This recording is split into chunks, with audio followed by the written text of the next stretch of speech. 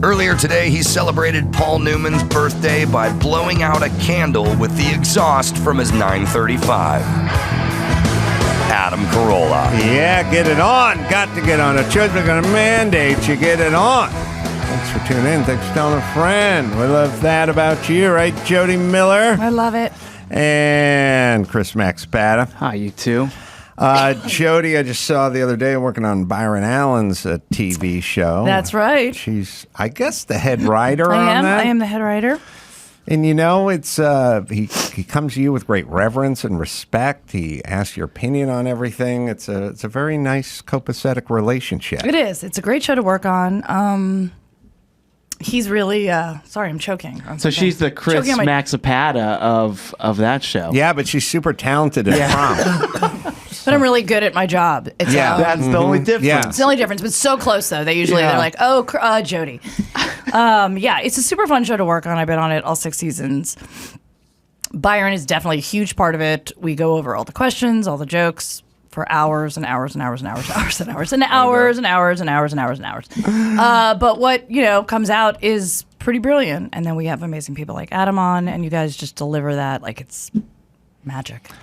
Yeah, let's see. We had Jeff Ross. Whitney Cummings. Yeah, Byron. John Lovitz. And Lonnie Love. Lonnie Love. Who is great. She's great. Yeah, I agree. Yeah. So that was a good experience, and God bless you for being gainfully employed in this goddamn godforsaken town. All right, I have things to talk about. Some are a little bit off the beaten path, and then others are a little more down the middle. But first, a bizarre concept. Okay. But I want to know if you identify, Jodi, or if there's no way you've thought of this because it's a bizarre thought. But you don't know. You don't know what I think. Okay. About it. I have very distinct feelings about people, mostly men, in the yummy phase of life. What is the yummy phase of life? It's something that I coined many, many years ago. I mean, it's been over 25 years now when I would go out with Kevin and Bean. Right. And Bean of Kevin and Bean was in the yummy phase. Oh. And some guys never leave the yummy phase. Everyone is born into the yummy phase, and then you graduate out of the yummy phase. What comes after the yummy phase? That's just sort of adult palate phase. Normalcy. Male adult. Women tend to hang out between adult male palate phase and yummy phase. But we just hang out in the middle? They kind of straddle the border between adult palate yummy phase and yummy phase versus adult palate. Okay, I like to straddle. So the examples would be nobody when they're 9 wants a stout beer over a Long Island iced tea or pina colada or something. Right. If you want to get a 9-year-old drunk, don't give them a Guinness.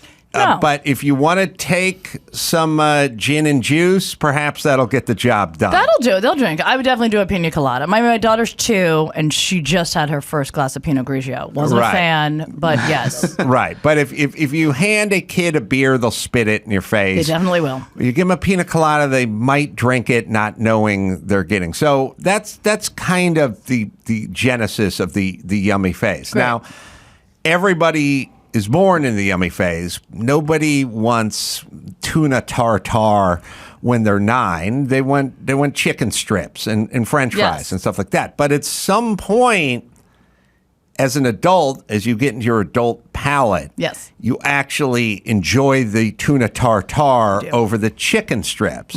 But we do know the people. Well, that's what women straddle. Right, then you're right. I'm straddling a little more because the guys are getting the 20-year-old scotch served neat, and the women are getting the appletini. Not me, but yes. Yes, or the new one, which drives me nuts, which is the martini cappuccino martini or whatever. I mean, I was in a bar. What is it? The espresso martini. Yes, which is I want to say to people, you're drinking a milkshake, no, sweetheart. You want to get drunk or you want to get fat? Long, and that's But I have the male. I've been drinking Jack Neat for like 30 years. Yeah, comedian outlier. Yes. Now, there are dudes that are further in the yummy phase than you. Yes. We interviewed Harlan Williams. He's in the yummy phase. He's always in the yummy phase. You are a female comedian. You're less in the yummy phase than Harlan Williams is. And so you have to kind of calibrate and figure out what it is. Now, espresso martinis must be 8.5 to 1 ratio chicks to dudes in terms of if you're a bartender. I've never been with a dude that ordered an espresso martini, but they must exist. No, they do. They definitely exist. They get the appletinis. They get the hazelnut martinis, the vanilla martini, the chocolate martini is a big one. They like all of that. I still say it's not 5 on the women's side and 5 on the male side. It's got to be 8.5 women versus 1.5 men. Yeah, it's very rare that a man orders that. Right. Hence my discussion about women, adult women, being sort of straddling the yummy phase. Absolutely. Because they will have the appletini and then they will have the tuna tartare. Absolutely. Not the chicken strips. Absolutely. Now, here's the bizarre twist this is going to take. I noticed that the yummy phase guys that I keep close track of, I notice they don't wear sunglasses frequently. Frequently. I have a thought. I already have a hypothesis. And it's like guys like Jay Leno do not wear sunglasses. He rides a motorcycle with no fairing on it. He rides a steam car with no windshield in the middle of the summer in Burbank. He does not put on sunglasses. Wind to his eyes. That's very strange. Literally hates his corneas. He also I read that once. He also is a non-drinker and a Chick-fil-A guy. Okay. All right. So the yardstick to measure the yummy phase is whatever a 9-year-old would do. That's okay. It could be drinks. It could be food. Okay. 9-year-olds don't wear sunglasses unless it's ironic and it's Macaulay Culkin and it's time for him to mete out some retribution against Joe Pesci. I mean, or we hear that song "Bad to the Bone." Yeah. That's when they banana. Yeah. Right. All right. So now, why am I bringing this up? Because it's important. It sounds important. I'm watching the news last night. They're showing these pictures of Donald Trump, non-drinker Donald Trump. Right. He's the president of the United States, and he wants himself some KFC on Air Force One. You know, what the fuck would a 9-year-old order if he was going on? He wouldn't want whatever the cuisine, with the quail egg, fresh quail egg. He would want Kentucky Fried Chicken or Taco Bell on Air Force One. 100%. Okay, he's literally Could get anything he wants. the most expensive form of transportation per mile of 747 filled with security and, lasers and decoys and F-18s flying in it. 1 mile on Air Force One has to cost the taxpayers $200 million. Right. And he's got $4 worth of KFC on his lap. You'll never see that travel ratio again. The sack of Fiesta mix, while it only costs 30 cents on a Southwest flight, still the ratio, not even close to Didn't the Bill per Clinton mile. also have a lot of fast food too? Interesting. He did. I wonder if he was ever a drinker or yummy phase. All right. Yeah. So, sunglasses. I'm watching Donald Trump. They're showing him pictures of him playing golf out in the middle of Florida, duffing away. Never wears no sunglasses. I never see. I'm not saying you cannot. I'm not saying that you cannot produce a picture of him with sunglasses, but picture Trump. You can see those white circles around his eyes what I mean. all the time. He has that, so I would assume he would be wearing them. I think that's the makeup job or that hairspray or whatever. Oh, he's got a hat on, though. You don't wear sunglasses when you wear a hat. I do. If I'm golfing, I'm wearing a visor or a cap and sunglasses. Because you wouldn't know what kind of sunglasses he wears. Like Biden wears the aviators. You wouldn't know what kind of sunglasses terrible in that Trump picture. wears. And I can't place him. No, I see him doing outdoor rallies. Although maybe it's a little different. I don't see him walking up to the outdoor rally and taking off the sunglasses and handing them to his lieutenants or anything. I'm saying fast food, no booze, no sunglasses. Trump's a yummy phaser. All right. Well, I mean, and the guys I know who are in the yummy phase very light on sunglasses because 9-year-olds don't wear sunglasses. Right. Kids don't wear sunglasses. They like to be barefoot too. There's something about that. It's very childlike that I remember never wearing sunglasses until I was in college. I hated them. I hated having them on. I think our eyesight was better back then. Just a side question. When you say yummy though, because now there are some people that actually prefer, and I know women straddle that more, but some people really prefer fine cuisine and their palate has, evolved, but they have a sweet tooth. Mm-hmm. So so what about the person who is in between drinks, who just has a vodka tonic, which really is in between? It's not a martini and it's not a fruity drink. It's just kind of like whatever with a lemon, but loves a good dessert, but also will have, a lamb, with mint.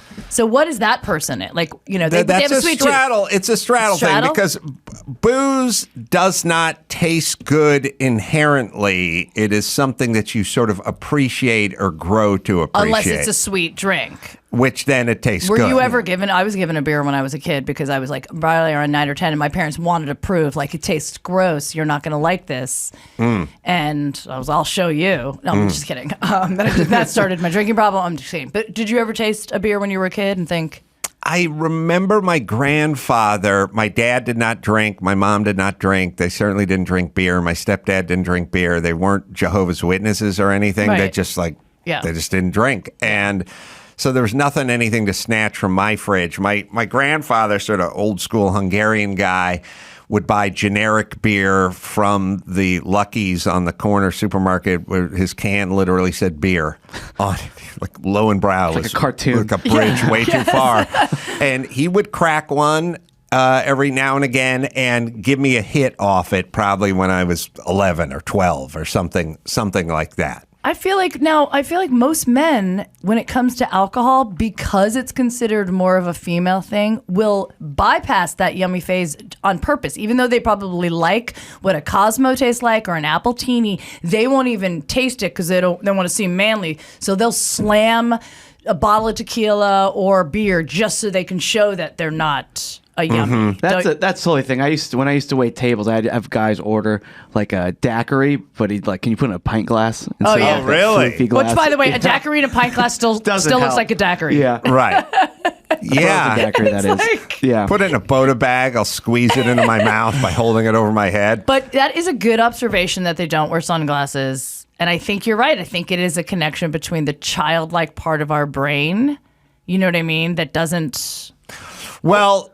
Not making it into the yummy phase means not making it not getting away from the chicken strips and the fries. Right. And it's not graduating right. into the steak tartare with the raw egg on it and it's cigars.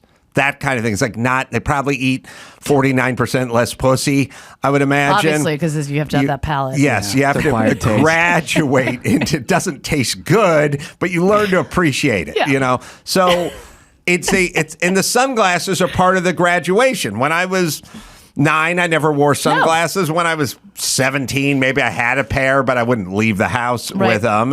By the time I was 24, if I walked out to my truck and I didn't have them, I'd go back in the house. Don't you think there's some correlation, though, between having good eyesight? When we're young, our eyes are so great, we don't even need it. Also, it's we could have the music as loud as we wanted. I never turned the lights on in the house, and now music's down, sunglasses on, every light in my house is up. I'm like, why is it so dark in here? I'm sensitive to everything. There is that, and you do kind of build up a dependency on it, and then it just becomes like your scotch at the end of the night. Now you have to have it, you know?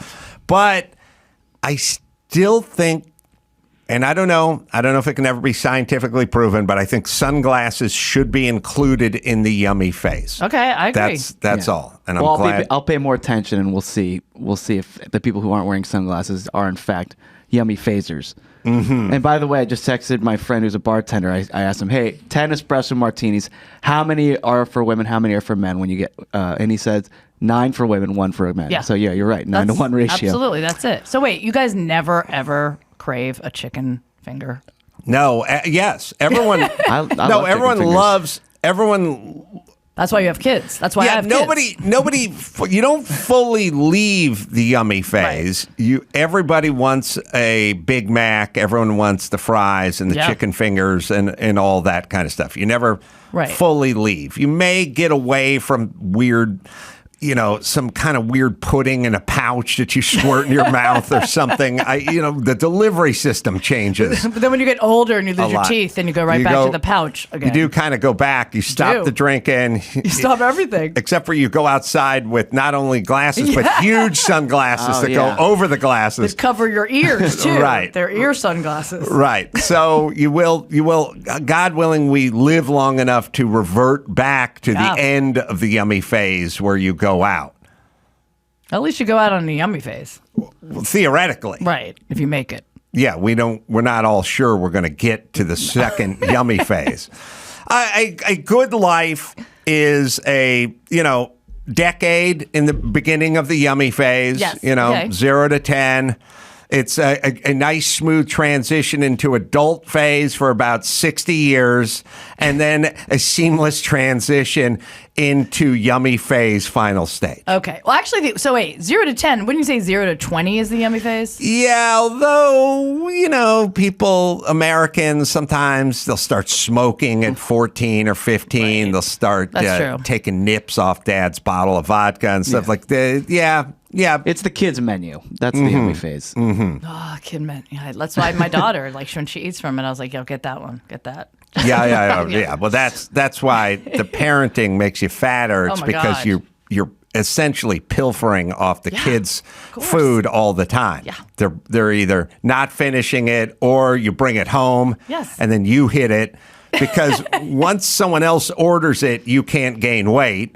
Mathematically, because you're just the person that's bringing it home. Exactly. It's not your fault. Exactly. All right. Well, speaking of weight gain, what was that? I don't know, Chris, do we have that woman that I want to talk about? It's on there, Dr. Fatima. Oh, Dr. Fatima or Fatima? Fatima. Yeah, maybe Fatima. Oh, there it is. Sorry. Yeah. Fatima. Dr. Fatima? Yes. Calling Dr. Fatima. I have a prediction. Okay. And I want to know if you guys will sign off on my prediction. It's a bold prediction, but yet I think it'll be an accurate prediction. We're now at the point where we're done telling people get diet and fucking exercise and stop being fat. We're now at the point where we're talking about diet pills and procedures for adolescents. We're talking about it not being anyone's fault or being morbidly obese is beautiful. Like we're kind of done with the part where we're trying to shame people into getting their shit together and being healthier. We're now blaming, society or we're blaming racism or we're blaming inequities or we're blaming something, COVID. We're done with the part where we go, you take some agency, stop fucking eating. You know what you're supposed to eat. You know what you're not supposed to eat. Everyone fucking figured it out in the yummy phase. We didn't have the discipline in the yummy phase, but we knew in the yummy phase, we knew the difference between an apple and a fudge brownie. Right. You know that at 10. You know that at 7. Yes. You don't have we need then the discipline to go into the adult palate phase and eat the apple over the fudge brownie. So this is, appointee Biden 2025. They're going to. She's part of Biden's dietary guidelines. They're going to work on the dietary. Yes, they were like, look, we had a good run with this bullshit food pyramid. That lasted 40 years. Oh my God. We fucking fooled the shit out of everybody. I ate so much grain. We told them to eat 7 cans of corn every morning. Not enough vegetables. All right, that ruse lasted for quite 30, 40 years. Now we got to reinvent ourselves. So this is her talking on 60 Minutes. If you diet, you lose weight, right? The number one cause of obesity is genetics. That means if you are born to parents that have obesity, you have a 50 to 85% likelihood of having the disease yourself, even with optimal diet, exercise, sleep management, stress management. All right, hold the phone. With optimal diet and optimal exercise, you have a much less chance of being obese. Much. I'm going to say it. You heard it here first. Much less chance of being obese. Look at her face. Leslie Stahl. My brain just exploded. Can I listen? Look, when Leslie Stahl makes a face at a black woman, Like that. that means you're wrong. She's not talking to Trump about Hunter Biden's laptop. She's talking to a black woman with 3 names. Oh, my God. If she's making that face at a black woman with 3 names, you may want to check yourself at that point. Yeah, this should be a meme. That should, she keeps, if you roll back, she keeps making, she's like. That's right. And you could use that meme. You could use that meme at the beginning of any, like someone could tweet out that the Browns were going to the Super Bowl, and you just put that, huh? I'd respond to that picture, yeah. Yeah, or you can go, the COVID came from a wet market in Wuhan, and you can just, anything you stated, this marriage will go on forever. Huh? Like Leslie Stahl meme of going,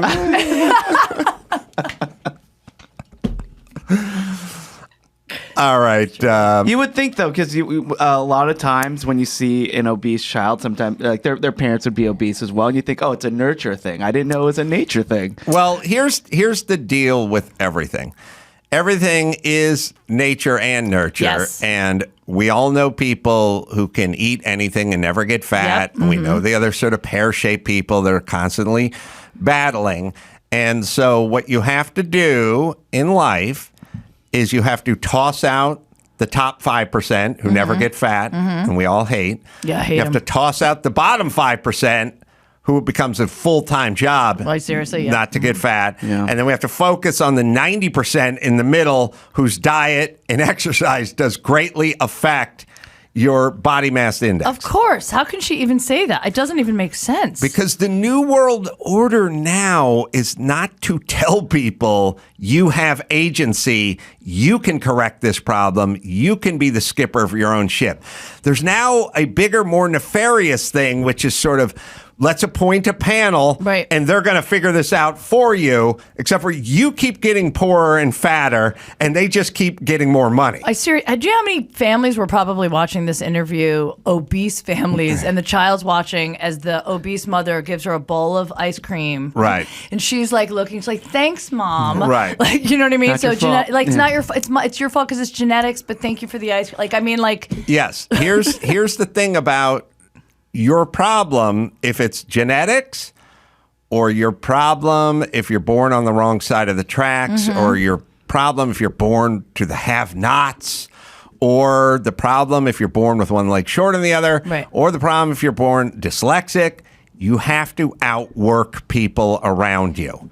That's how it's going to work. Yeah. If you have this disposition genetically, then it means you have to have an even stricter Yes. diet Yes. than the guy sitting next to you in the Yeah. 4th grade. Absolutely. That's the answer, Right. not let the government handle it and get out of the way. It But doesn't make Adam, what sense. does that have to do with equity? It has nothing to do with equity. That's the whole point. I don't know. It's getting scary out there, people. It's like bigger and bigger government, more and more bullshit, and less you having dominion over your own life and your own health. Exactly. Own it. There was the girl from one of the girls from My 600-Pound Life. She's 30 and she died. And this just popped up on my news feed. 600-Pound Life star, whatever her name was, died. Cause of death revealed. So they want you to click on the story. Right. I'm like, Click I that. don't have to click on the story. I'm looking at her Yes. fused to her couch. Yes. And I can tell you how she died. Like, Yeah, I she already, wasn't. She wasn't on the professional motocross Exactly, circuit no. and missed a berm. No, Like, no, shock. It's She like- tried to get off of a beanbag chair. She clutched her heart, and she went back down onto the chair in a pile. That was it. I'm like, and these people are all on television. Everyone's telling them, well, I'm like, I can't. How can you not see that? Yes, I mean, it's the same way of like, you might be born with a thyroid issue or a genetic, you know what I mean? But also, you might be incredibly, yes, that's her. But here's the nefarious part. Did you guys want to know how she died? Take a guess. She was doing the quarter mile in a rail dragster, top fuel eliminator. And the chute didn't open. Didn't open. Oh, no. Professional rodeo circuit. She was on, actually, she's a 7 trapeze seconds. artist. Oh, and she missed that. She missed that last turn. She didn't Oh, my that God. I was was her. going to say something with a pommel horse. I thought pole That vaulting was last year. She had an accident. injury. Yeah. She never really recovered. Okay. Yeah. Now, listen, if you're sitting next to your Yenta friend who's telling you about not being able to lose the last 20 and she's ordering the Appletini, you can say, hey, man, and then she could go, no, and you could have your discussion. But when the government is hiring people to be the head of whatever, that's the scary part. Look at this as Food Pyramid 2.0. It's unreal. All right, we'll play, or you can go back 10 seconds. And No. Look at her face look again. at her The face reaction. again. Obesity, you have a 50 to 85% likelihood of having the disease yourself, even with optimal diet, exercise, Optimal. sleep management, stress management. So when people see Leslie's like, families that "What?" have obesity, the assumption is, what are they feeding those kids? Yes. Yeah. Yeah, well, they're that's feeding the most same thing. people's assumption. They're feeding them the same thing they're feeding themselves. Well, let me tell you this. I rarely make it into the obese family's living room. I base my assumption on us waiting in line at Chick-fil-A with your little son's fat ass behind me. That's what I'm basing that on. And last I checked, they don't have a garden salad over there. With a large soda, yeah. Yeah, so I'm not basing it on the living room of the obese person. Right. I'm basing it at the churro hut at the LA Zoo with my your God. son in line, and I can't see around his fat ass. Have you been to the LA Fair or any fair? Of course. Yes. I mean, it's like watching people get diabetes in real time. That's what right. you're doing. Now, what we need right now is somebody going, hey, it's up to you. Get your Yes. shit together. You understand this. COVID just took out a whole fucking league of fat asses because they were fat.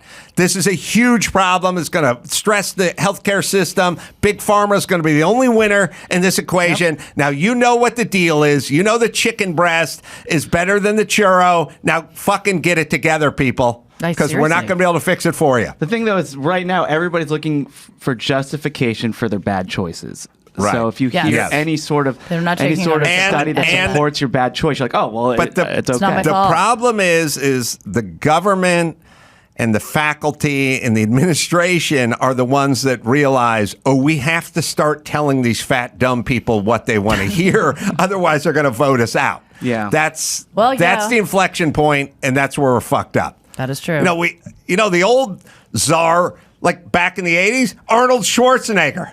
He was like yelling at people to do push-ups. Mm-hmm. That's what we used to do. We used to take the guy with the biggest biceps and go, we're now appointing you to be in charge of the fitness of this society. And then Yeah. he'd get out on the lawn and he'd yell at everyone to do push-ups. Yes. Now we're explaining it isn't your fault. It's not going to help that community. They're going to drift further and further away from Skinny Beach onto Fat Island. Oh, Now here's my challenge. okay. They have twisted the science completely. We're now at the point where we're in this very dangerous realm where we're deciding that if a certain group doesn't do as well on math scores, we should throw out math tests, which is not helping that crew. Oh, my God. We're now at the point where we're going to the result that we don't like and just changing it versus telling people they have to study harder or eat better or exercise more. We now just go to the end and go, we don't like this result, let's change it. Here's my challenge. How long before there's a scale? A new scale. Oh, the new scale for that's fat adjusted. people. That's adjusted. That's adjusted for equity Yeah. and environment. It's going to be called the scale of justice. And you're going to be able to put in, your parents and their income and your nationality and what racial group you're in and what your sexual proclivities are, and then it'll spit out an answer It's that going to you be like. soon because all of the smartwatches, all of the exercise monitor, like your Fitbits and all of that, they can, do your body mass index. They can do all of that based on your, It's customized to Yes, you. it's customized to Yeah. you. But here's the thing that you said that, and I don't know if you know this, in women's clothing, a lot of lines, a lot of the major big brands adjusted their sizes. They adjusted their sizes and made bigger sizes smaller. So a size that used to be a 4 is now called a 2. So you're like, oh my God, I can fit into a 2 when you're actually not a 2. You're a Right. 4. But it is for the consumer to be like, oh my God, I love this store because I'm so thin in this store. Right. And that's what they're doing with a lot of clothing lines, by the way. So here's what everyone needs to know. The government, Madison Avenue, big schmarta, Yeah. whatever, clothing, Pepsi, Coke, McDonald's, they're going to tell you anything you want to hear because they don't give a fuck when you die or how much diabetes you have. They need you to pay them and they need you to vote for them. You're not going to hear it from them anymore. Go find a mirror, get in your underpants, and figure it the fuck out. Yes. We're at that point. Yes, we are. It's no longer these guys. This guy, well, there's a new government body mass index. It's been adjusted. No. Worst name for the single woman's clothing store, which I kind of saw. Worst name? I'll tell you the worst name. Okay. It's in Beverly Hills. A clothing store for single women? It's like For single where women? older women or something. Older women. I don't. Older single women? Sounds like I'm going shopping after the show. It's called The Forgotten Woman. What? Oh. Yes. Terrible name. Horrible name. So Right off of Wilshire. accurate, though. In Beverly Hills. There is Who'd a store. I went in just I want to see go what was in. on sale. Seriously. The Forgotten my God. Woman. Wow. It was in Beverly Hills, close to William Morris. I used to see it whenever I went down to Wow. William Morris or the Beverly Hills Hotel or By the way- Beverly Wilshire Hotel. Oh my sorry. God. Is it still there?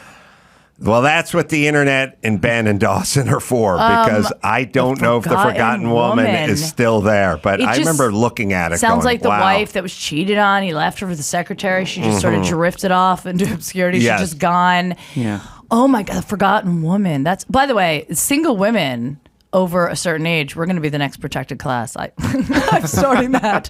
Okay. Like, you can no longer call me a single woman of a certain age. Right. I'm just, You're a non-birthing person or something. but I'm still a parent. So That's right. I'm You've a adopted. non-breeding parent that's relationship challenged. Yeah. Relationship challenge. Yeah, There we'll you come go. up with some euphemistic Yeah. Can we? title Yes. that'll make I mean, you there's a feel lot good of about us yourself. out there. Yes. Unhitched.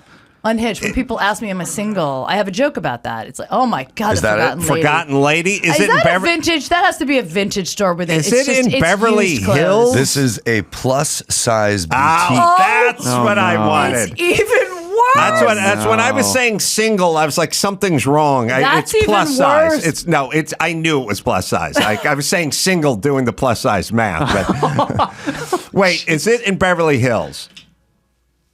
Oh. This is like a store in the Simpsons. Still looking. Because the place I'm talking about, I think was called The Forgotten Woman, but it was a plus size place. Oh my God, that Forgotten makes it even Lady's worse. a little more sophisticated. By the way, you can't forget a plus size woman. No, you can't see around them. Yeah, I love all sizes, everyone. Yeah. best name for the big and tall place for the dudes, What? Big Sur. Oh, see? The sequoia That's tree out beautiful. front. Once again, the majestic fiberglass I talk sequoia about this tree. all the time. Men have awesome names for everything. Ladies have the Forgotten Lady. Yeah. Men have Big Sir, which you Yes. immediately think big dick. You just Yeah. you're like big, yes. Yeah. Even the big and tall shop. Well, that's hold on. fine. I invented Big Sur. It doesn't exist, but it should. Oh, I thought there. I'm sure there's a Yeah. Big Sir. No, somewhere. we're called big and tall, and you're called plus size. That's it's terrible. Right, it's big terrible. and tall is just like, oh yes, he's just big and tall and will protect you. Plus size is like you're a woman plus another woman. Dawson. It appears that the only forgotten lady that still exists is in Ireland. I was going to say, this looked a That little... looks very. With This the looked a bicycle. little overseas. Yeah. Now, the Forgotten Woman, ladies apparel, Beverly Hills. Does it doesn't Not coming say up. like The search does not generate it. closed its doors in Because someone was like 91 or erased something. all evidence The of this store's store. forgotten now. Yeah. Yeah. You can't say that anymore. All right, Jason Flom is not here yet, but we're going to take a break anyway, and we'll. Oh, he's here. He's here. Oh, did I make him here by saying he was here? Might have, yeah. He's the Or did forgotten. that remind the you to forgotten hold up gentleman. him. remind you to hold up a sign saying he's here? I just pulled him in. I just Yeah. All right, get it together, everybody. All right, we'll take a break. Talk to Jason right after this. In celebration of Jim Carolla's upcoming 92nd birthday, here's a list of 92 things Jim Carolla has never done. Number 10. Had something engraved. Just one of 92 things Jim Carolla has never done. Let's get back to the Adam Carolla Show.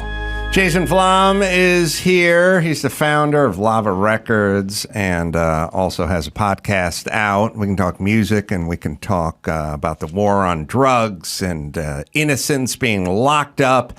Good to see you again, Jason. Thank you. It's been too long. I'm happy to be here. I agree. As I was looking over your bio before I came in today, because I'm all about show prep.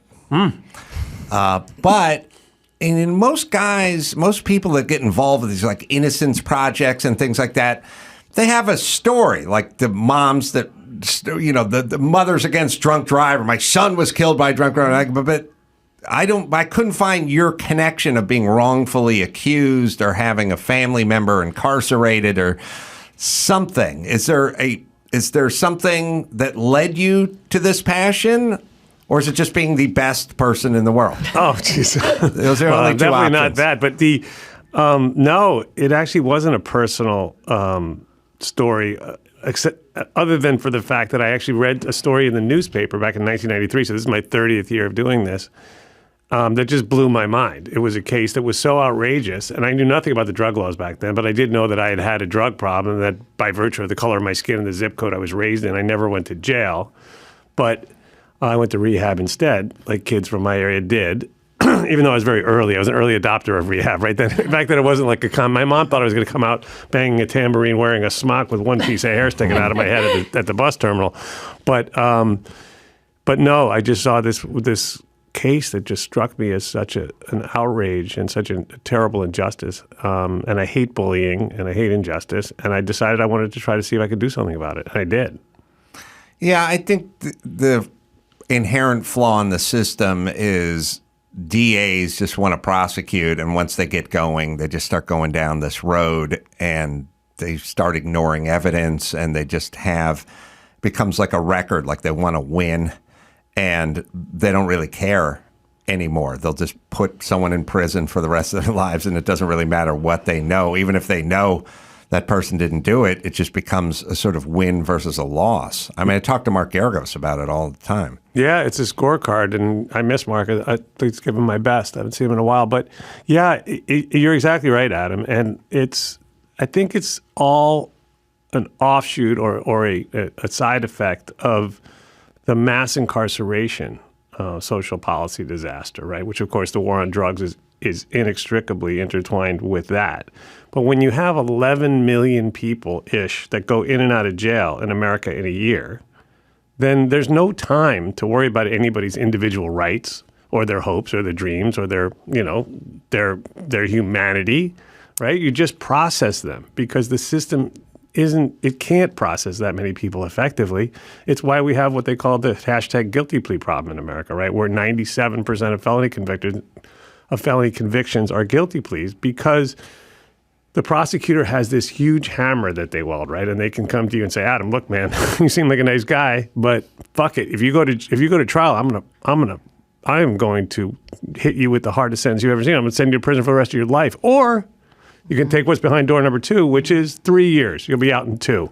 And the white man's burden version of this is like frivolous lawsuits. You own a restaurant, it doesn't have a grab bar in the handicap stall. The attorney hits you up and he just goes, give me $50,000, or we can drag this thing on for 2 years and it's going to cost you $250,000 to defend yourself, which isn't going to prison. But it's a sort of system where they go, you may not have been guilty of anything, but just cut us a check or just do 3 years because it could be a lot worse, which is a sort of, it's an extortion and a kind of a blackmail, really, if you think about it. I think you're absolutely right, and I think that's an interesting thing. You're right, there is an equivalency there, but of course the version that you presented is much more benign. It's a civil case, right? You've got to cut a check, but you don't have to go in. You're not incarcerated. And the freedom's not taken away. Exactly. And so, with this combination of this crazy imbalance of power, right? We all know the scales of justice, right? And Lady Justice with the blindfold, but it really, they should be tipped all the way to one side because the government has endless resources, all the power. And when you have a person who doesn't have any resources of their own, being represented by somebody who might be juggling 100 cases, who barely knows their name, the rational decision for those people in that situation is often just to say, I'll take the deal because I'm going to lose and I can't spend the rest of my life in prison. Like, I have a family, I have a life I want to live. And so we end up with an awful lot of innocent people taking guilty pleas just because it's the logical of the two Sophies. It's the Sophie's choice, right? It's the logical one of A or B. You take it, and it's really crazy. It also strikes me, and I think you'd probably agree with me on this, philosophically, that it's wrong that we have a system where the government can say, you're only dangerous enough that we are going to offer you 3 years in prison. But if you exercise your constitutional right to trial, then we think you're dangerous enough that you should go to prison for 137 years. That's a real case, by the way. Really? 137? Yeah, Messiah Johnson in Virginia. Yeah. They offered him 3 years, and then if he went to trial, With good behavior, you get off He in did. He went to 94 trial and got years. 137 years, yeah. Oh, my God. For a crime he didn't commit. Yeah. And the unlimited resources that the government has is really insane, especially when they just go, let's do it again. Like, there's like a mistrial or something, or hung jury, and they go, well, let's go try it again. Like, it's... Find a loophole. You pretty much understand that a lot of the law is about resources. If you can get Mark Garagos in your corner and he can put his experience in sizable staff to work, you'll have a much better shot at winning a case than the court-ordered, county, whatever, low level, not good enough to make it at Mark's firm guy, the government, who doesn't give a shit about you or your case. You got a much better, higher batting average if you have more money. Well, there's no question. I mean, there's, that extends across a lot of different areas of life, but I think one of the most sinister ones is the criminal legal system because of what's at stake, which is your personal freedom or your life. And, they say there's one thing that everybody on death row has in common. I mean, it's obviously mostly people of color, and it disproportionately affects people of color. But the one thing everybody on death row in America has in common, they're all poor. Right? Yep. They all suffered from exactly what you just talked about, which is that they were not represented adequately. And, it's incredible, and I want to get back to the war on drugs, but we cover so many of these cases on my podcast, Wrongful Conviction. And you look at the death penalty in particular, and the fact that, the best estimates are that around 10% of people on death row are innocent. We know we've executed countless innocent people over time in America. And we're the only Western country that still does it. And then you have like the state of Florida, where in the same period of time they executed 99 people, 32 were exonerated from death row. And we know that they executed innocent people during that period of time as well, like Jesse Tafaro and others. So maybe they're getting it right 65, 70% of the time. And it's like, and now you have DeSantis coming out and saying, well, I think that a jury should only have to be 8-4 for somebody to be executed. And you're like, he said that this week. And you're like, in Florida? So where's the worst place to get on death row? Florida, Texas? Like, California is probably the best. I don't even know if we have a death row over here. Not anymore. Is Florida the worst? Is Texas the worst? Like, what's the worst in terms of what? I mean, not being put to death. California's had a death row, and then they didn't have a death row, and then there's states where people sit on death row for 22 years, but there are other places where it's expedited. Is Florida the worst, or is Texas the worst, or is there some state we can't think of? It's hard to say. I mean, it's a real race to the bottom. But the interesting fact is that Virginia has executed more people since whatever they started this in the 1700s or whatever than any other state. But Governor Northam abolished the death penalty in Virginia, so they won't be doing that anymore. So I'd say that the worst states now are Texas, Florida, and probably Missouri. Missouri. Yeah, Missouri is a real bad one, and Oklahoma. We can't leave them out of this equation. Oklahoma executes people, day in and day out, and so it's really grim. Although today, a case that I've been deeply connected to, Richard Glossop, we had a good development on the Richard Glossop case today, where the Attorney General has ordered a sweeping new investigation. He's a guy who's been in the death chamber 3 times. and had last-minute chamber. stays. 3 last-minute Oh my stays, God. yeah. One time strapped to the gurney, the other 2 times they're getting ready to strap him in, and he got last-minute stays. And no one's ever even accused him of murdering anybody. And he was a guy who had never had a speeding ticket. What when is was- he in there for? Oh, my God, the Richard Glossop case. And if you listen to one episode of my podcast, listen to this one, the wrongful conviction will. episode on Richard Glossop. All about this. Richard Glossop was the manager of the best budget inn in Oklahoma City. And again, he was one of 16 kids, had some or other managed to make his way in life. Had a beautiful fiance, and he was getting there, he was doing well. And the manager, the owner of the hotel, a guy named Barry Van Treese, had hired a kid who had a long criminal record, 20-year-old kid named Justin Sneed, who was a meth head. And this kid offered to work for free doing maintenance in exchange for a room. So this kid was robbing every room because he had a key now, right? You literally gave the wolf the keys to the hen house, right? And this guy was going around robbing everybody. And Richard didn't like him, but the owner liked him, so he kept him around because it was a good deal, I guess he thought. And one fateful night, Justin and his girlfriend, who was a stripper, I've forgotten her name now, but they lured Barry to room 112 of the motel to rob him, and things went wrong. He resisted, and they beat him to death. They stabbed him with a blunt object. They beat him with a bat. He fought back. He was a big guy, but he was killed. And so what happens next is Justin goes and knocks on Richard's door. Richard had a little apartment on the back of the motel because he was the manager. And says, there's broken glass in room 112, and by the way, I killed Barry. Well, Richard knows Barry sometimes stayed at the motel, and he knew exactly where he would park his car when he did. So he looks, he doesn't see his car there, so he's like, oh, this guy's a meth head, he's just talking crazy. He goes back to sleep. The next day, Barry's gone. No one can find him. Cops come and ask him. He says, I don't know. He didn't say that the meth head said I killed him because he didn't take him seriously. Well, sure enough, then his body gets found in the room. Really bloody, terrible scene. And, he was sort of a guy that was well known in the community, so, high profile thing. The guy was killed. Barry was killed, yeah, the owner was killed. So eventually they arrest Justin. It takes a week to arrest Justin. They finally find him, even though he's hiding in plain sight right in town, right? But they arrest him, they bring him in, and you can watch this interrogation where they... Justin's the meth head? Yeah. Justin's the meth head. There's no question that he killed him, right? And he admits it. But he didn't want his girlfriend to take the fall.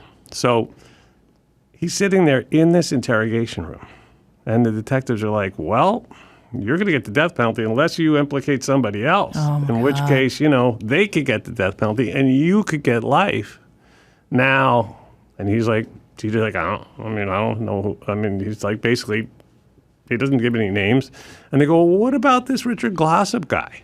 Maybe he had something to do with it. Maybe you're going to share the money with him or something like that. They literally are putting these words in his mouth. Mm-hmm. You see so many times. You see that so many times on all of those interrogation tapes with younger, vulnerable, influential. Yes, that can be easily influenced. They do that.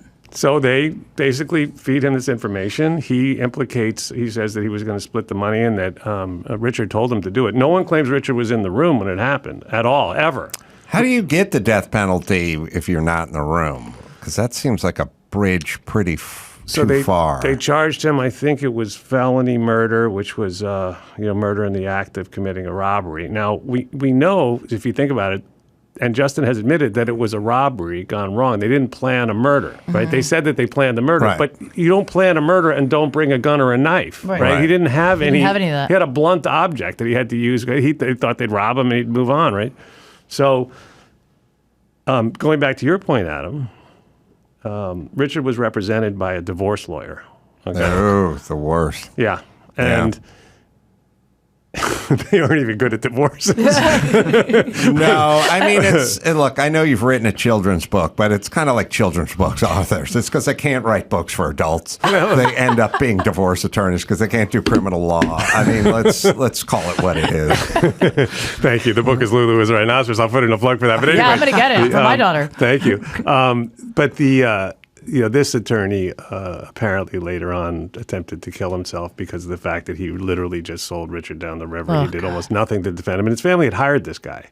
And even then, his conviction got overturned a couple of years later. And then going back again to your point, Adam, the state tried him again. And when the lawyer who had overturned his conviction successfully was going to defend him, the state managed to figure out a way a day before the trial to get that attorney thrown off the case so that they could appoint two people who weren't going to mount any defense at all. And they were able to wrongfully convict Richard again. And now it's 25, 26 years later. He's still on death row. And he's been through this. Now, bear in mind, and I think this is a little known fact, but the death protocol is different in different states. But in Oklahoma, there's a 35-day buildup to your execution. Ugh. So they put you in the cell. They move you cell to cell until you're right next to the death chamber while they rehearse your execution. And so those 35 days, you have bright lights shining on you 24 hours a day. You have nothing in your cell. Nothing, just you. You have a guard watching you the whole time, and you're not allowed to cover your face. So basically, they're trying to sap your will and torture you into trying to break you down. Yeah, that's how I look at it. And so Richard's been through this three different times. Oh my God. And yet he maintains this incredible positive outlook. Like you'll hear him on my show, and he talks about. He's like, "Listen, man," he goes, "People think it sounds crazy, but I've had 3 last meals. I shared it with the guards every time." He's like. Because I'm not mad at them. Like, It's not their fault. Right. And I don't want to eat alone. It's still weird to get to death row without being in the room of the murder, although you could argue Manson made it to death row out here without being in the room of the murder. So maybe there's some precedent for it, because I never really thought about Manson was never there for Tate or LaBianca. But anyway, yes. I was going to say, so there's a series, I believe it's on Netflix, I Am Killer. Have you seen it? Mm-mm. It's really good. And they bring up in the first 2 seasons, I believe, most of the inmates are in Texas and Florida because of the death penalty. And they take, each one of them, each person has killed someone once, usually in a fight. They come from a poor family. They were addicted. It was just one of those things where it was like, usually, yes, I am killer. It was like it wasn't like premeditated. Anyway, one kill and they're all on death row. And a lot of them were overturned. But one of the cases, which his conviction was overturned, and I think they're actually trying to get him out, or he might be freed now. He was a 17-year-old kid whose mom was a prostitute, his dad was a drug addict, his grandparents raised him. He was doing pretty good. Him and his friend were, breaking into cars. They were, not doing great things, but they weren't doing anything really. They weren't beating up people. They weren't holding people up, anything. Anyway, the one guy's girlfriend was hanging out with a new guy. They drove up to this house. The other guy got out of the car. He was just driving the car. This guy got into a fight with him. It escalated. He shot him. It wasn't premeditated, whatever. They both got the death penalty. And I was like screaming like, how is this possible? He was in the car. He wasn't even at the scene. He got in the car and he was like, drive. And he got the death penalty too. I believe it was Texas. And he was on death row for a while until so many people were like, you know what I mean? And that got overturned. And I guess they were trying to release him. But I was shocked. I'm like, how can he wasn't even... First of all, it wasn't like... They just got into a fight. It escalated. I'm not saying it was right, but I was like... Well, I was shocked that they both got the death penalty for that. They were both kids, too, like 17, 18. And just the fact that he wasn't anywhere... he was just in the car. It's insane. Well, Jason, where do you come down on like DNA data banks and everyone giving a sample and creating this like universal thing? Like, it's sort of like... it's like police body cams. Police body cams were there.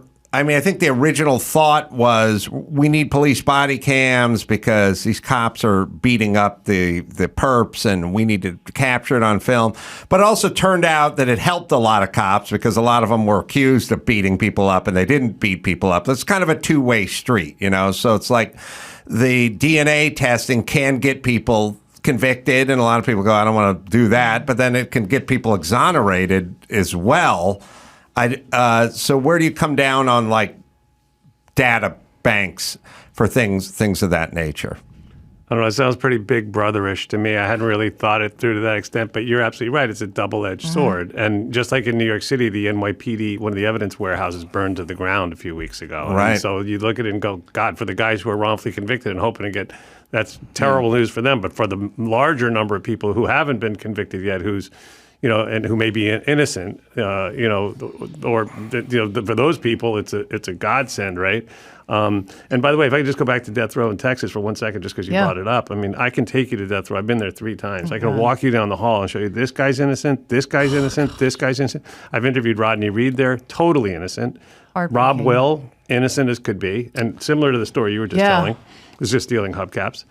And a brilliant, beautiful, amazing guy. And a guy named Robert Robertson I interviewed down there, totally innocent. It's crazy. But we could go on for hours on this subject. But we got to talk about the war on drugs. It's such an important topic. And by the way, Otto, on the body cam thing, it's interesting because as we're sitting here today, those 5 police officers were just charged with murder in Memphis. I don't know if you saw the news. Yeah. I haven't been outdoors yet today. So, I mean, it's sort of a historic development, and unfortunately, we're all going to have to see this horrible footage of them beating this poor kid to death, which is going to come out, I think, tomorrow. Yeah. I want to see the Paul Pelosi footage before I see that one. Oh, they've ordered that one, too. I'll watch that one. Yeah. The other one's going to depress me. Yeah, exactly. But yeah, do you want to talk about the war on drugs? Because I do. I would love to. I'm sure you have some pretty interesting views on this as well. We're probably pretty closely aligned, if I'm going to guess. I've always, I have friends that got into drugs and got incarcerated, and it saved their lives. Like, I do have those friends. I'm not a fan of incarcerating people for drugs, but I'm also not a fan of them languishing on the streets. Like, we need if we don't need prison, we need something.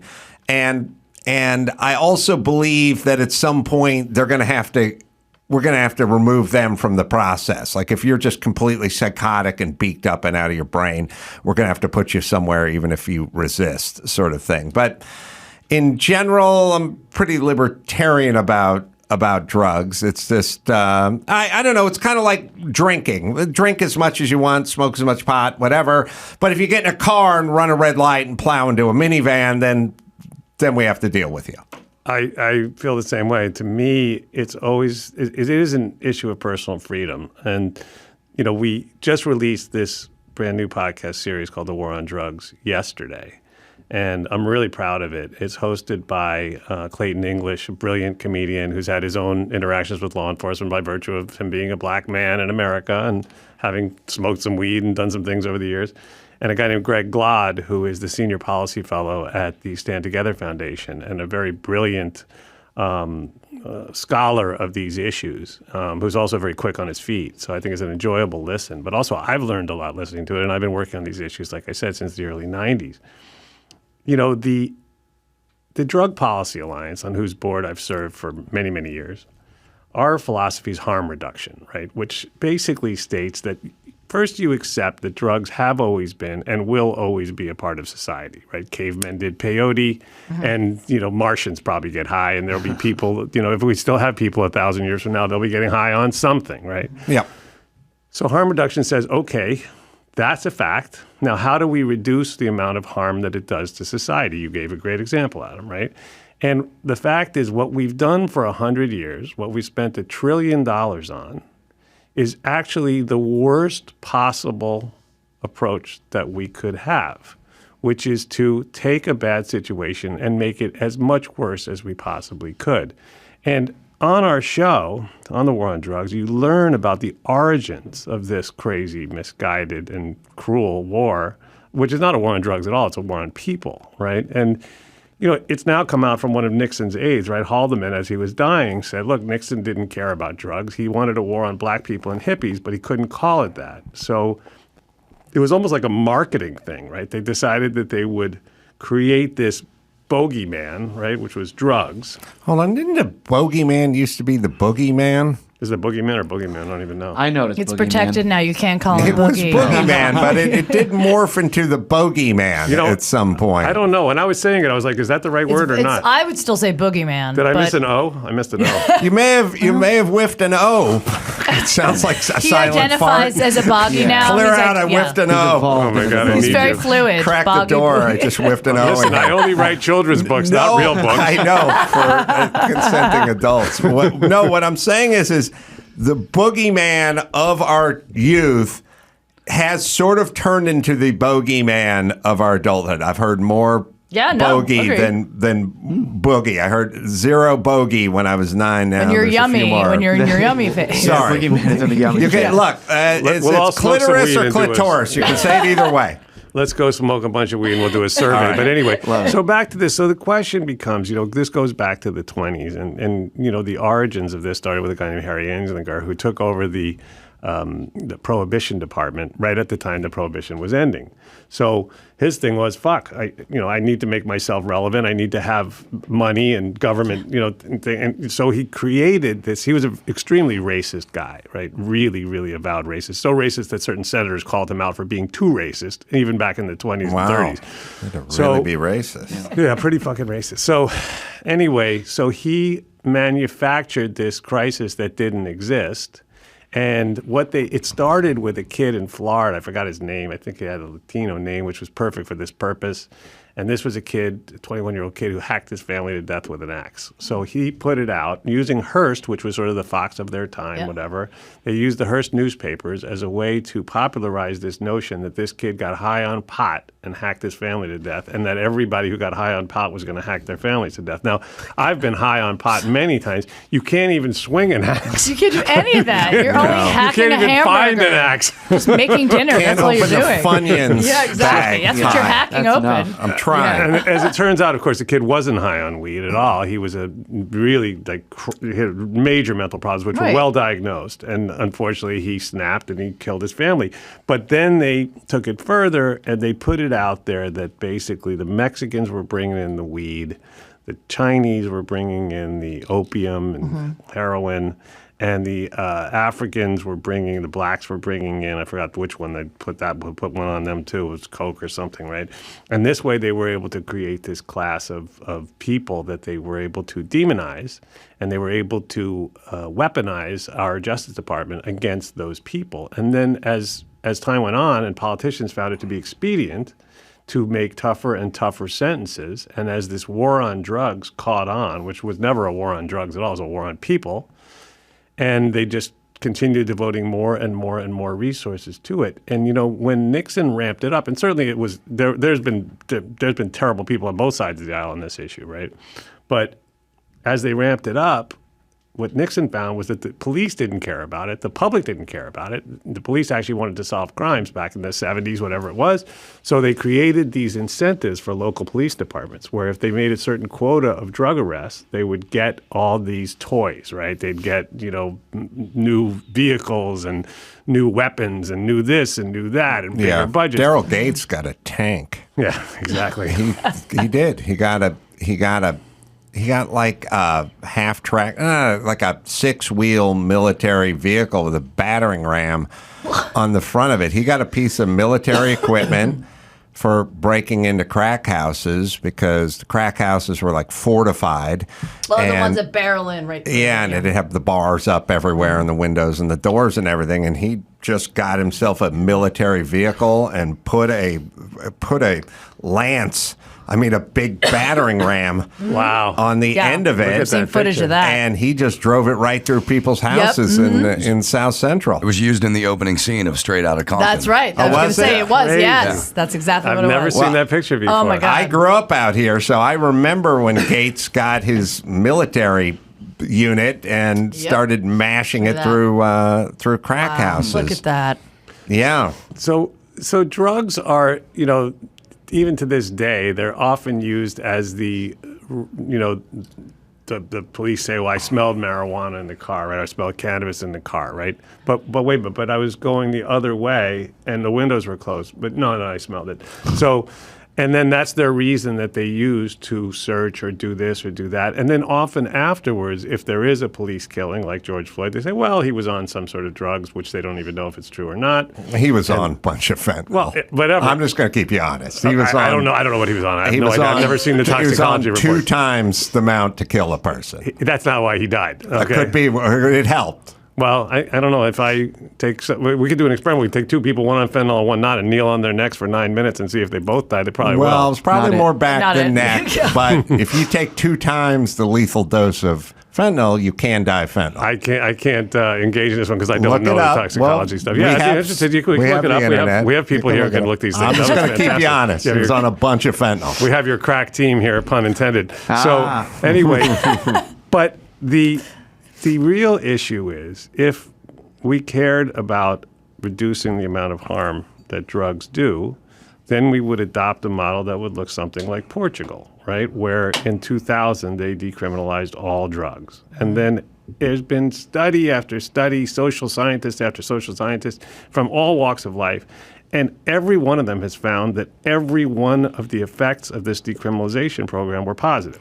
Well, I'm with you on, obviously, the black market just makes the cartels rich or the pimps rich or whoever you don't want to get rich. Whatever you're making illegal, it creates the black market. And then the people you don't want to have the money get the money from it. So then the question is I'm definitely with you in theory and principle. But the question is like, what do you do about the creation of drugs? Like, what about, let's say, China is bringing it into Mexico. Cartels are bringing fentanyl in from Mexico into the United States. Fentanyl is super deadly. What do we do about the border? What do we do about China? Because to me, it's kind of a two-pronger. You know, it's sort of like, let's decriminalize, let's go the European route on this, but let's also see if we can get China to stop bringing so much fentanyl into Mexico and having Mexico get it into the United States. Well, interdiction doesn't work, can't work, won't work, and has never worked, right? Because it's just, if there's a profit motive, people are going to bring the stuff in. And fentanyl, unfortunately, is super easy to manufacture, super cheap to make, and they don't care how many people die from it, and that's the way it is. What we can do is, in decriminalizing drugs, as Oregon became the I was first just gonna state say to do Oregon that did, recently, yes. right? And that was passed by referendum, and the public voted overwhelmingly in favor of that. And we're going to see that it's going to result in less overdoses, less crime, more tax revenue, et cetera, all good outcomes. We can all agree. And Is Oregon, is that what's happening in Oregon, though? Well, it's pretty new, right? This is only months old, but it's going to happen because it's happened everywhere There could also else. be a shit show in Oregon. That's what I'm saying. I'm but- with you kind of in theory, but it also turns to shit. Like San Francisco goes, we're going to have clean injection sites where people can shoot up, and it turns into a shit show in 10 minutes. Like, Well, San Francisco, but I don't think there was much change. I mean, so these problems have been, real in San Francisco for a long time now, right? It isn't like overnight it it's changed. shittier now than it used to be. Well, but that's not a one cause thing either, right? No, It's not what I'm saying is there. I'm with you in spirit, but it also doesn't mean this is going to work and that's not going to work. There's some sort of combination of things working. I mean, like the first thing is trying to get people to not want to do drugs, like have, good intact families and good systems and good things of that nature, just to, in general, make less people interested in living on the streets and doing drugs. Like that, We that know- to me is number one. We know how to do that. And on the podcast, on the War on Drugs podcast, they cite this incredible experiment, right? Yes, I'm being. Someone's writing on my screen that George Floyd had 19 nanograms of fentanyl, except for I don't know what a fucking nanogram is. Sounds like a very small amount to We're me. about to tell you how much this You should have kill to someone. figure out what a nanogram is. And It then sounds I like could a do very it. small amount. But anyway, It is, but that's what fentanyl is. But pretty he was. dangerous. We could agree he was very much alive before somebody kneeled on his neck, right before. I don't. You can look at the autopsy and look at his neck and he look was- at all that he stuff. was- It's not what you think it is, but you can look it up. He was very much alive, And very much alive and fighting cops and out of his brain on fentanyl. He was laying there, actually begging for his mother. He was in a car and they pulled out of his car. He was in the back of a cop car. He did not fight with anybody, though. He fought laid with there. everyone. Yes, Well, he did. He laid there for 9 minutes peacefully begging. I for agree. His mother. I'm Yeah, not. yeah. Look, it Not was a because I'm- very Legalizing sad. drugs. It was a very sad sight. But he is not what He's not the poster child for this. Well, this kid in Memphis certainly is. They're better examples, is all The I'm kid in saying. Memphis certainly is. He was working at FedEx. He was 29 years old. Did nothing wrong. Had no drama whatsoever, and they beat him to death. But that's beside the point. That's a better example. Okay, so, but back to this. I'm going to agree with you in a way here on what you're just saying, Adam, because my theory has been for a long time that desperation is the primary driver of crime in general. Right? There's people who are so damaged from abuse as children that they become psychopathic, and there's not much we can do to fix that in certain cases. But by and large, most crime is caused by desperation. Drug use is similar, and I'm a former drug addict, so I can speak to this. And drug addict's a derogatory term, but I was addicted. I was I went to rehab and sober for a long time, decades, but. And because I went to rehab instead of prison. And then I started a company, and then I paid lots of taxes and created lots of jobs and signed lots of great artists, and life was good. So I know how lucky I was. But the experiment that's cited on the War of Drugs podcast, the famous one that you've probably heard of, and I'll tell you the one you probably haven't heard of, back in the 1920s, a guy put a rat in a cage, and he put 2 spigots. There was a water, and then there was water with heroin and cocaine in it. Yeah. And the rat sat there and tried this one and tried that one, and then it decided it liked the heroin and cocaine, and it died within 2 weeks. And then the next rat came in, and it died too. And then every rat that came in there died within 2 weeks of overdose. So everybody said, "Oh shit, the drugs are the problem," right? But then 50 years later, a guy comes along and goes, "Let me get this straight. You fucking idiots took a rat that's a social animal, and you made it as miserable as it could possibly be. You shined bright lights on it, almost like the death row protocol, right? You put him alone in a cage with nothing to do, no cheese, no other rats to play with or fornicate with or whatever rats do when they're together.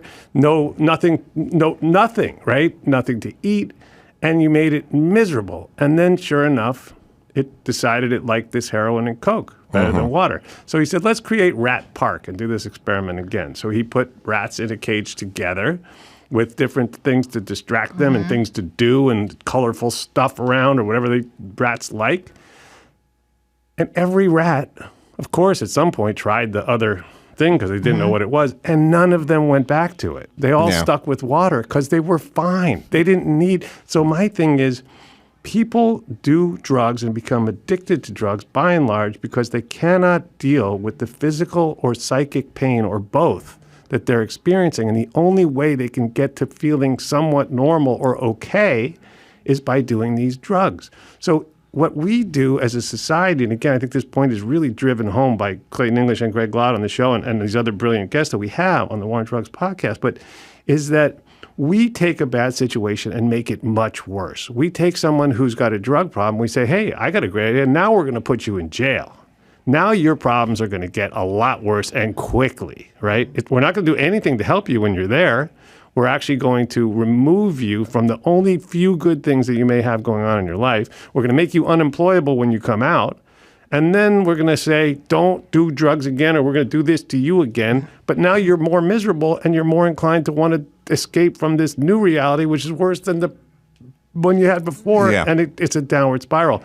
So if we used some of the tax dollars that we could easily generate, and we are now legalizing cannabis, which has had no negative outcomes in any of the states that have legalized it. It's going to fuck kids up.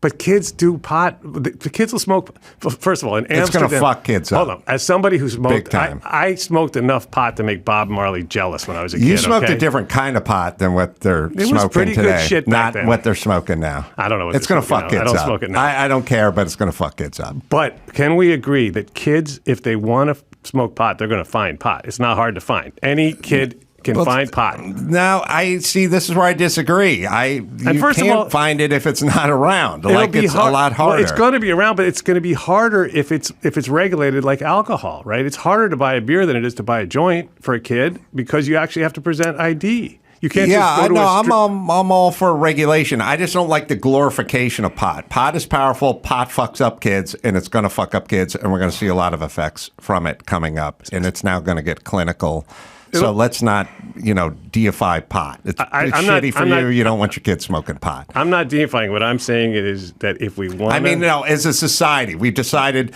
cigarettes were bad, cigars are bad, and pot's good. Like it's not good. It's bad. It's bad for you. Well, it fucks your brain up. And you don't want your fucking 15-year-old smoking pot. Yeah.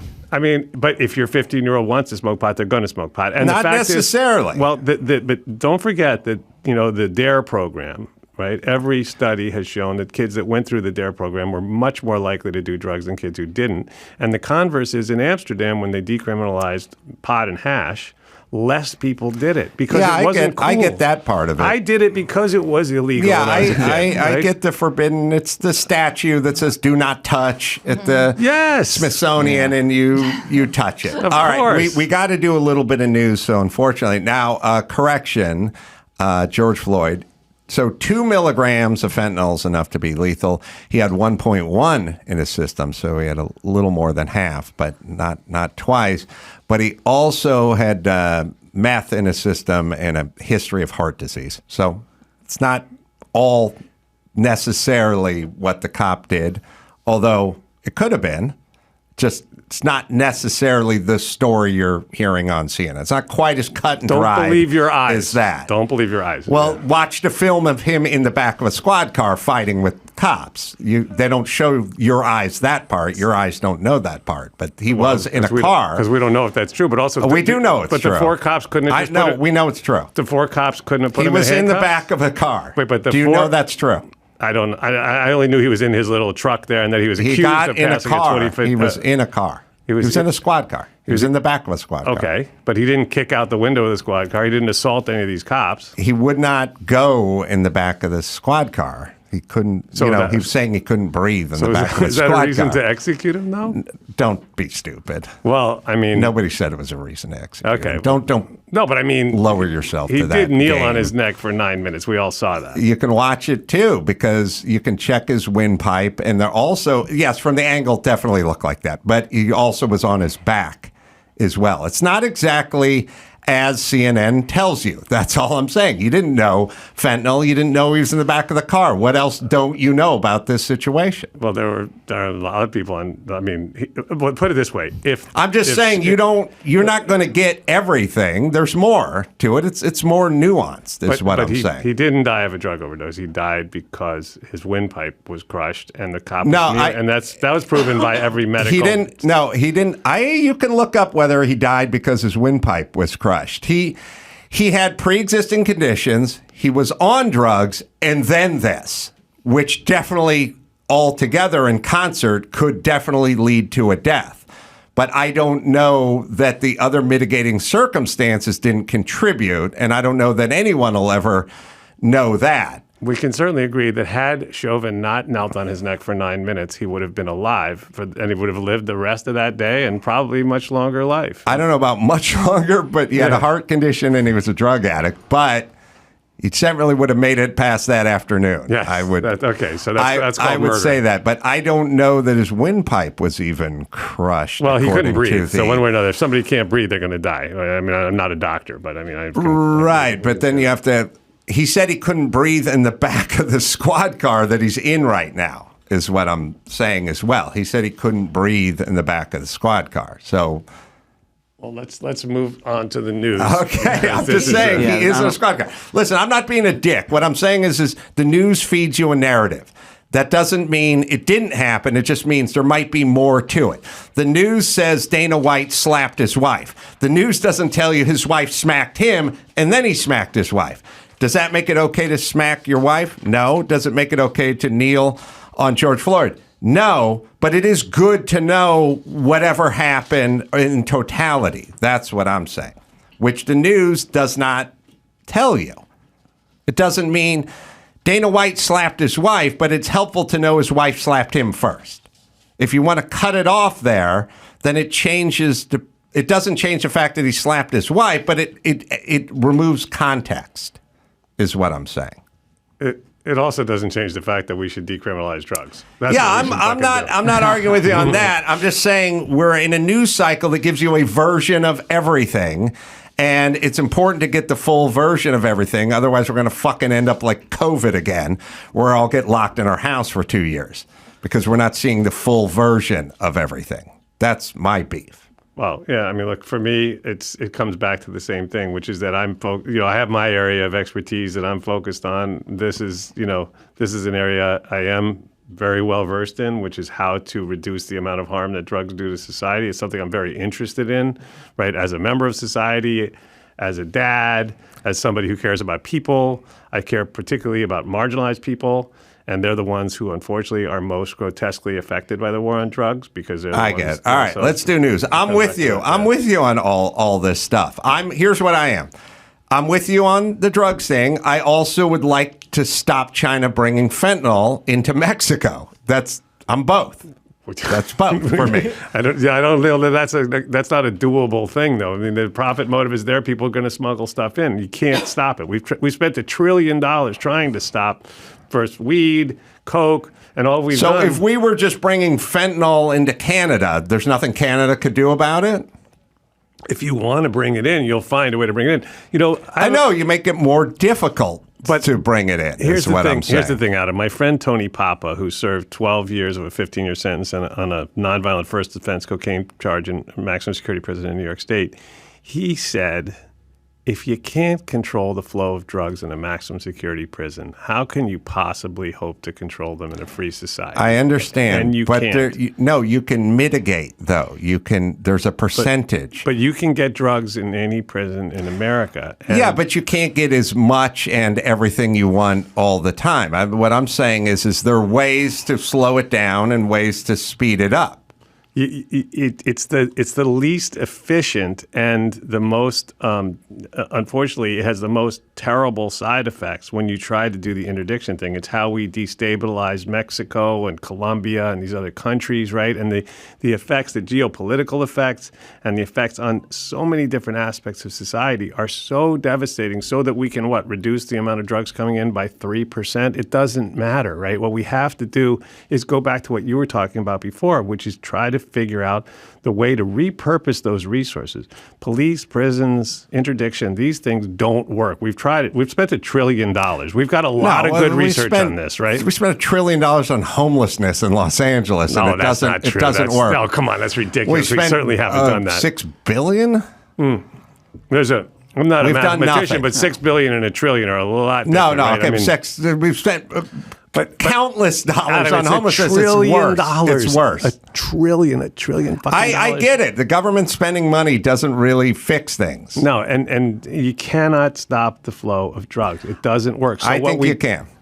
I think you can slow it down. I don't think you can stop But by anything. 2% in exchange for what? I don't know that it's 2%. It's less than 2%. But the fact is, if you took a tiny fraction of those resources and spent it on creating opportunities and reducing the amount of desperation and misery so that people don't have that interest. Yeah, I'm with you, but I just don't think the government spending resources. I just think it's family oriented. We're going to have to fix the families and create less clients for drug sales. But you can fix neighborhoods too. I mean, it's been proven that even just by fixing. We got to do news. So we're gonna keep going. Yeah, we digress. Sorry. All right. News time. What's happening in the news? I do want to get your it's going to be a little bit of a whiplash here, but I do want to get your thoughts on this story because you're a music exec. So for the listeners who don't know, Jason signed Katy Perry, Lorde, Skid Row. It's a extensive history of two of those artists. Which one? I don't like hair bands. I never liked hair bands. It's Katy Perry and Lorde. Okay, good. Mm-hmm. That wouldn't have been my first guess. How about that? Never liked the hair bands. Yeah. So, Beyonce was in the news. She just performed her first concert since 2018 at a opening for a hotel, the Atlantis. It's called Atlantis the Royal in Dubai, right? And she was reportedly paid $24 million for this performance. Nice little corporate gig. Yes. Yeah. It's what you were paid for Funny Should Ask, right? On Tuesday. Yes, Yeah, Byron something like that. paid me Just himself. about that. So similar. And then everyone's like, "Why are you playing Dubai?" And then That's she's exactly like, "I'm it. bringing people together," Right. and it's like, "But you're also getting $24 million." Right. So yeah. So she's getting a lot of criticism, especially from like the LGBTQ community, because of the UAE's views on homosexuality, gender reassignment, et cetera, et cetera. So, so they're asking her for comment. Her reps have not responded as to why she decided to perform in that country. Although I think we all know why. $24 million. But yeah, this is her first performance since 2018. It was followed by a fireworks and drone show, Swedish House Mafia. I know those are a big thing. I would assume the deal is you just suck it up. You get your $24 million. You kind of lay low for 3 weeks. The news cycle changes, and who cares? You know, you're going to take some shit for playing Dubai, right? Beyonce's not getting canceled. But she's not getting canceled. No. So it's like, take the money. She could do it. I'm generally, I think we're asking too much of celebrities. Like, let's just say she didn't play Dubai. Problems over with the gay community. Like, I feel like it's her career. She can do what she wants.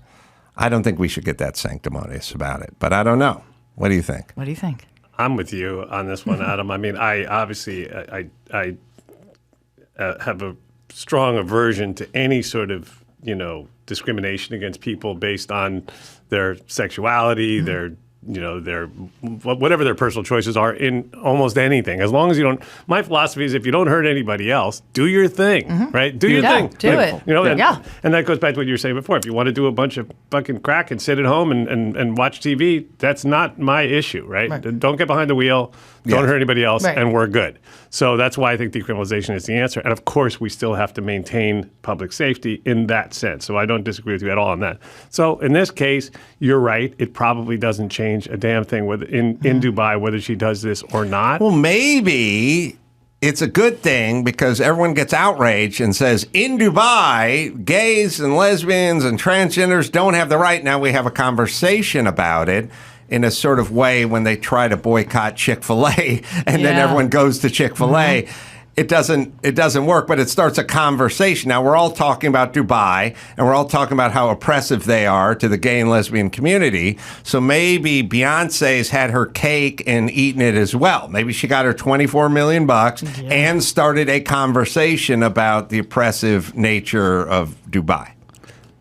That's an interesting way to look at it. I hope you're right. That's the way. If I were her publicist, that's the way I would say you're welcome. Yes. So her newest album that she just released, Renaissance. So she dedicated that album to Black queer culture. She didn't play any of the songs from it. Was she on the horse that's out front of P.F. Chang's on the album of that, on the cover of that album? I don't remember. I'm pretty sure she's on the horse that's in front of the P.F. Chang's. There it is, yeah. How'd you get up there? That is a big horse. That's an amazing picture. It's a great picture. Her boobs look so big, don't they? Yeah. Sorry. She's pushing them out there. Yeah. She's not a forgotten woman. No, she does not shop at the Forgotten Woman. Update. Forgotten Woman exists. I found it. There's Jodi a chain of them. She started break. them in the 70s in New York because she gained 80 pounds after her husband died or blah, blah, blah. And then nobody wanted to look at her anymore, so she started this chain, and then she lost the weight and gained the weight and lost the weight in open places, and then now Jason's down in New York. Do you remember the Forgotten Woman? The Forgotten Woman. No, It's a plus size store. Some woman named it the Forgotten Woman because when women gain weight, you forget about us. Oh, yeah. Yeah, we see them, but we don't see them, but you don't acknowledge them. See exactly who? That's right. Who's this woman? Yeah. Yeah. So, well, Beyonce. This hotel, by the way, opens February. She stayed in the hotel room that costs $100,000 a night. It has its own island. Its own island in the hotel. I'm just kidding. I believe it. I actually believe you. Is that true? Or I believe you too. It should now. I demand an island. If I guarantee you, someone is over there is like, let's put an island in the room. I need to be completely your own surrounded boat. by water. Perfect. Yeah. A little moat. All right. She got paid. $100,000 a night. Like really? why? Like come on. She probably got it comped.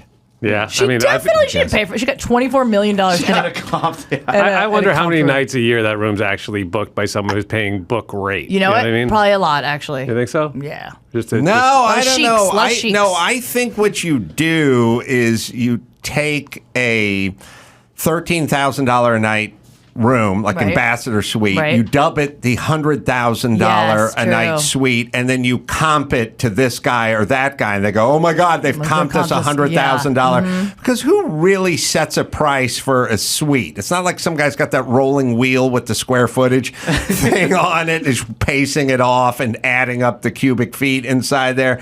They call it $100,000 suite, then they comp it, and she goes, "I got a $100,000 right. suite."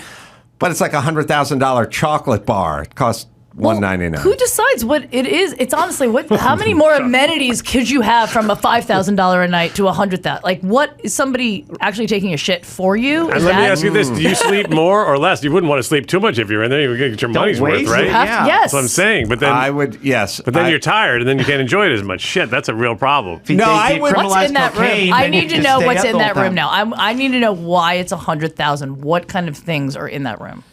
I would imagine a view.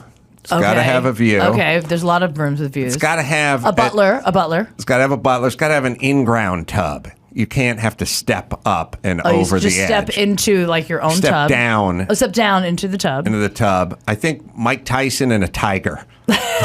They're just there all the time. All right. They're just there. You want to read about this room? Yeah, So upon your arrival, you'll be chauffeured through the private entrance of the 2-level, 4-bedroom penthouse. I hope you'd be chauffeured at Yeah, least. exactly. Here, carry your own bags, asshole. Need a bell? Need a bell, man? You good? Okay. From there, feel free to roam around Feel free. 12,141 square foot space, which includes a private white and gold hued foyer, complete with 100-year-old olive trees. It's a tree. And sky-high ceilings that allow an abundance of sunlight to enter the room. The residence is flush with modern details throughout, from the white marble flooring to the terrace's wood furnishing to the uniquely vivid chandeliers. That Let me say this about the $100,000 suite. If, in fact, it cost $100,000 and you actually paid $100,000, you know that shit where they're now... It's about a 4-hour window between check-in and check-out. Like they go, you can't check in until 4 p.m., but we need you out by 11 a.m.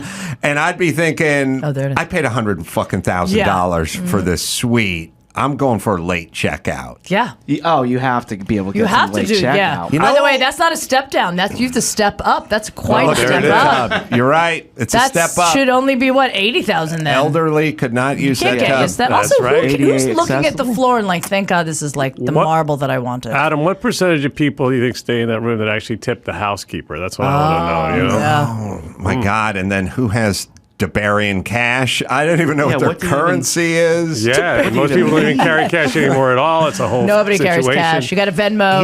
Here's a philosophical thought and something I'm going to share with my kids, and this is all you need to know about life. Plywood, which used to be 3/4 of an inch thick, is now like 13/16 or whatever. It keeps getting a little thinner every year. It's not a full 3/4 anymore. Well, a 2x4 used to be 2 inches by 4 inches. Now it's 1.5 inches by 3.5. Yeah, they're significantly smaller. Everything shrinks, Yeah. right? But the checkout time and the check-in time, that gets wider. It gets wider. Like when I was a kid or when I was younger, it's like you can check in at noon and check out at 1. No, not anymore. Now it's like a 4-hour window. What are they doing? You check in at 3 and they still say, "Oh, your room's not ready." Right. You They- know It's your room is ready. They are doing what Big Plywood is doing, except for the opposite direction. It behooves them to grow that window, and it behooves them to shrink that plywood, and that's the nature of business and man. That's the way it's going to go. My kids can enjoy a world where plywood is wafer thin and checkout times are like 17 hours between check-in and check-out time. Yeah. Ironically, there's one product that's actually gotten cheaper over the past couple of generations, and that's drugs. Oh, Right? And so that's how well the war on drugs works, is that drugs are the only product that actually got cheaper. I have said that. That's true. People say to me, you doing cocaine like in the 80s growing up in Los Angeles and stuff? Like in the 80s, during the height of, Miami Vice and cocaine and living in LA, I was making about $8 or $9 an hour, and a gram of cocaine was like $110 a gram, and I was like, Couldn't do I'm that. making $9 an hour, having taxes taken out. I'm going to buy a gram of cocaine for $100. Now cocaine's $25, $30, or I don't even. Now it's first off, I get a good hourly rate. I should be on it. You should you be. can do a lot of coke now. You Yeah. fucking, you know what I mean? I could only imagine. Look, Just start doing it. I'm obnoxious on a cup of coffee. I could imagine doing it below. I'd be a fucking mess. Yeah, no, nobody. You guys should be miserable. You think you're miserable now? That's a cup of coffee. Yeah. Like it blowing me. I take it back. Bad suggestion. Okay, Flom, roll it back. Here we go. One more. Also, just before we leave this room, you get a personal butler too, which is nice. I knew it. Yeah, you got Have to. the personal butler and the personal steam room there too. So, not a Personal bad place steam to room. stay. You can't share a By the steam way, room with on the anyone else. suite, while we're on the suite, a friend of mine saw the owner of one of the big hotels in Vegas, one of the big hotel chains, give a talk, and somebody asked a question and said, "What's the craziest request that any of your butlers, they call them, right? That's high rollers get the butlers at the suites. I'm sure they have one at the $100,000 Yeah, spot they do. too. Or they probably have several. But anyway, the guy said we had one of these guys call up our concierge or butler at 4:00 in the morning and said, "In 25 minutes, I want to see a little person in an orangutan having a knife fight in my kitchen." Amazing. Did he make it happen? I never got that part of the story, but that would have been pretty impressive. You'd want to find the person who actually figured out how to make that happen, and then either, I guarantee you they had a little person on call. We could The have- oranguting, probably not. Yeah, that would be tricky. No orangutan call. Come on. All right, let's do one. Crazy. We'll do one more here. Okay, so this one's interesting. So a man was lost at sea in the Caribbean for 24 days. Wow. And he survived eating only ketchup, garlic powder, and those Maggi seasoning cubes. What? Which was like he was on a like bullying. Was he on his own yacht? Is that why he had all those condiments? So yeah, he was working on his sailboat off the St. Martin in the Caribbean. He's 47. This guy Elvis Francois. He's doing repairs, and his sailboat just he was swept out to sea in his sailboat. Tried obviously to call people, nothing happened. He tried to light a fire, send a distress signal, wrote the word help on the hull of the boat. Tried to get planes' attention with a mirror. Oh, so he was clinging to the vessel, or he was on the vessel. Yeah, he was on wasn't a boat. in the water. It was upside down Yeah, or something. I should have mentioned that. So yeah, he was on a boat, but no food, just ketchup, garlic powder, and season cubes for days, 24 days. Jesus. And That would ruin there he is. bouillon Look at him. cubes. Yeah, and ketchup. For me, but you can't ruin ketchup for It's me. gonna have a deal with Heinz I'd now. still do it with my fries. And looks for pretty water, good. he would use rainwater. Yeah. He would just soak a cloth in rainwater. That's And smart. That's how, yeah. Good so for those him. who are lost at sea. Well, know you can that- live 30 days without food. Can you? It's the rules of 3, isn't it? It's like 3 days no water, Yeah. 3 Yeah, weeks, water will get you a lot faster 30 than days food will without get food, you. and then 3 weeks without, or no, I forget. It's 3, 3, and 3. If you're doing blow, you can last 45 days without food. Yeah. Oh yeah. All right, let's bring it home. All right. Thanks for listening. Check out the Water Cooler podcast. All right, Jason, the podcast is called The War on Drugs, and it's available as we speak wherever you listen to finer podcasts. And also Lava for Good is the network. Visit lavaforgood.com to listen to all the shows. Jodi Miller, you can check her out on World's Funniest Weather. Check that on your local listings. And Funny You Should Ask, you can check your local listings as well. Also go to her website because she does dates around the country. Sure do. JodiMillerComedy.com. You can go to AdamCarolla.com for all my live dates coming up. And until next time, this is Adam Carolla for Jason Flom and Jodi Miller and Chris Maxipata saying mahalo.